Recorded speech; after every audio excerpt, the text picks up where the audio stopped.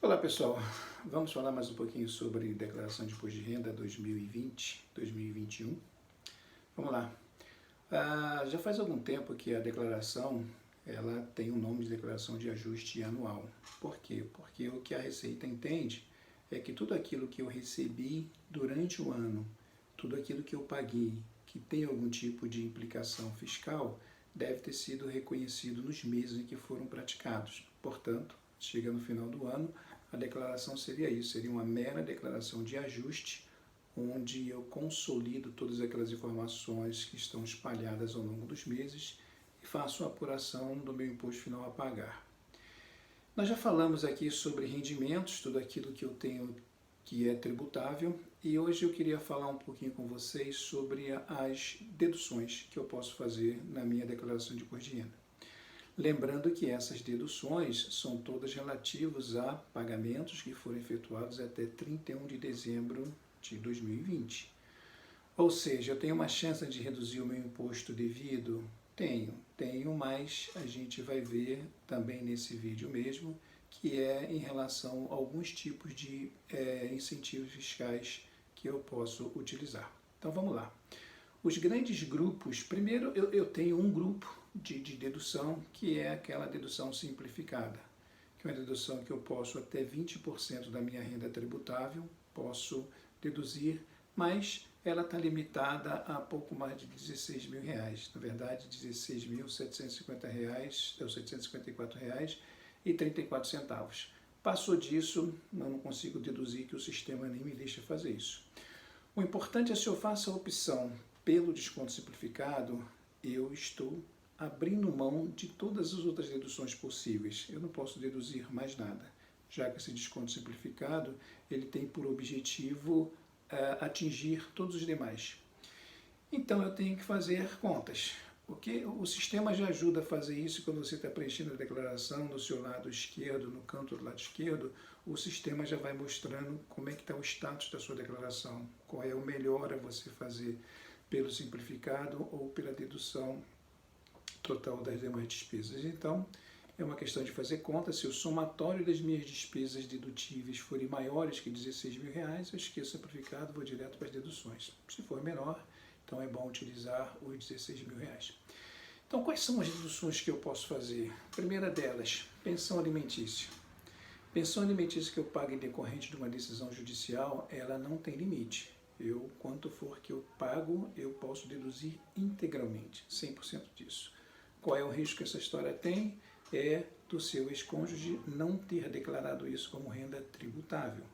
Porque quando a Receita permite a dedução para quem paga, ela não está fazendo nenhum favor, que é dedutível para quem paga 100%, mas quem recebe deve tributar 100%. E isso normalmente não ocorre e gera aí umas confusões entre ex-casais, como alguns casos que eu já presenciei. Bom, a segunda que eu posso deduzir é a previdência social. Aí no conjunto de previdência eu tenho tanto a previdência social, a previdência privada particular, e tenho também o FAP, que é um fundo que é utilizado para aposentadoria. Esses três eu posso deduzir, mas esses três também têm uma limitação, que é a limitação de 12% no máximo da minha renda atual. Dentro desses 12% também está aí as contribuições para os PGBLs. Acho que um dos primeiros programas que eu mostrei aqui para vocês foi exatamente sobre PGBL e qual o seu benefício ou o seu malefício quando a gente está falando de parte tributária.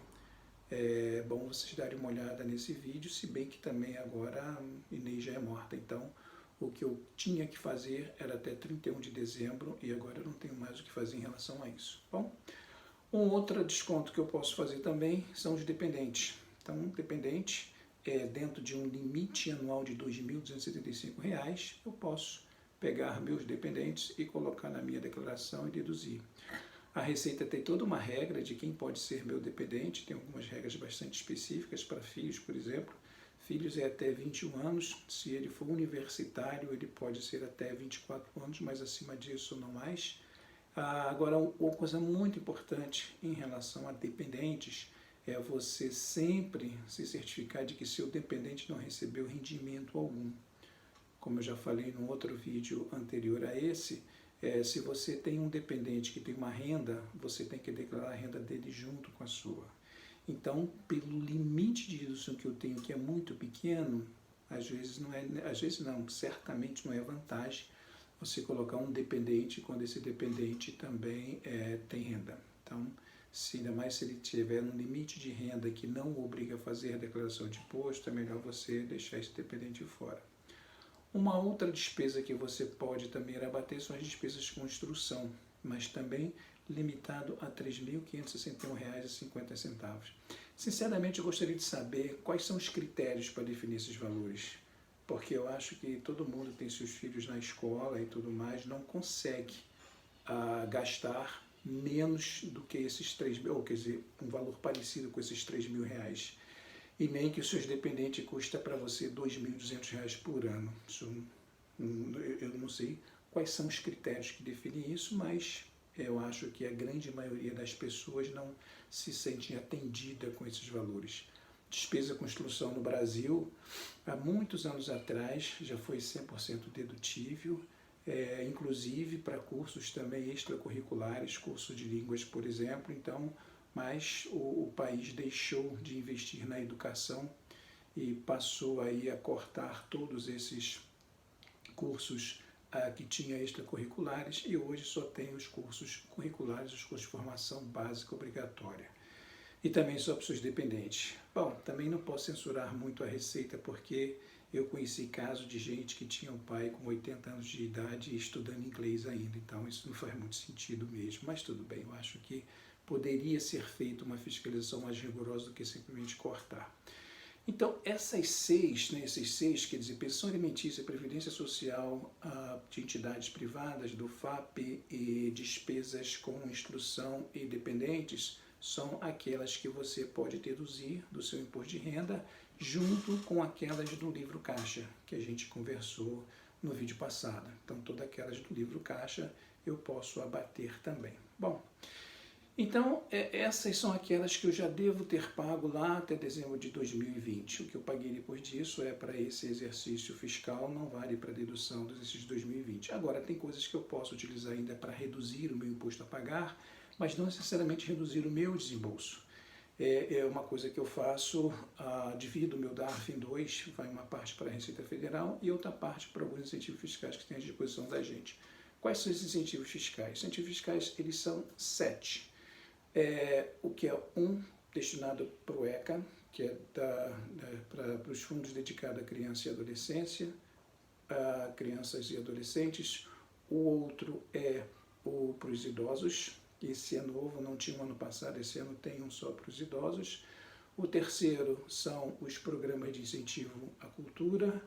O quarto é incentivo ao audiovisual e o quinto é o desporto. Esse conjunto de 5 são aqueles que eu tenho uma limitação individual de 3% do imposto a pagar e 6% no coletivo. Agora, eu tenho 2 outros incentivos que eu posso também utilizar, que esses não estão limitados aos 6%, que é o do programa de auxílio à pessoa com deficiência, do PRONAS-PCD, que é 1% que eu tenho do valor do imposto a pagar que eu posso deduzir, e esse não tem limitação em relação aos 6%. Então, se 1% do meu imposto a pagar for maior do que os 6%, eu posso utilizá-lo. E o outro é o PRONON, que é um incentivo bastante interessante, que é utilizado para combate ao câncer. É um programa nacional de oncologia, também está limitado a 1%. Então, esses são os ajustes que eu posso fazer, os cuidados que eu devo tomar, por exemplo, despesa médica. Eu não falei de despesa médica. Despesa médica eu posso abater também sem limitação, mas tem um corte na receita que ninguém sabe qual é, 20 mil, 30 mil, 50 mil, sei lá quanto, mas tem um corte na receita que você ultrapassou esse limite, você vai diretamente para a malha e a Receita vai te fazer aí uma série de perguntas para você comprovar os pagamentos que foram efetuados. E aí, se você consegue comprovar todos os pagamentos, a limitação deixa de existir e você recebe lá a sua restituição. Caso contrário, você acaba tendo que pagar o imposto que você deixou de pagar por conta dessas deduções. Bom, por hoje é isso aí. Vamos para o próximo. Tchau, até a próxima.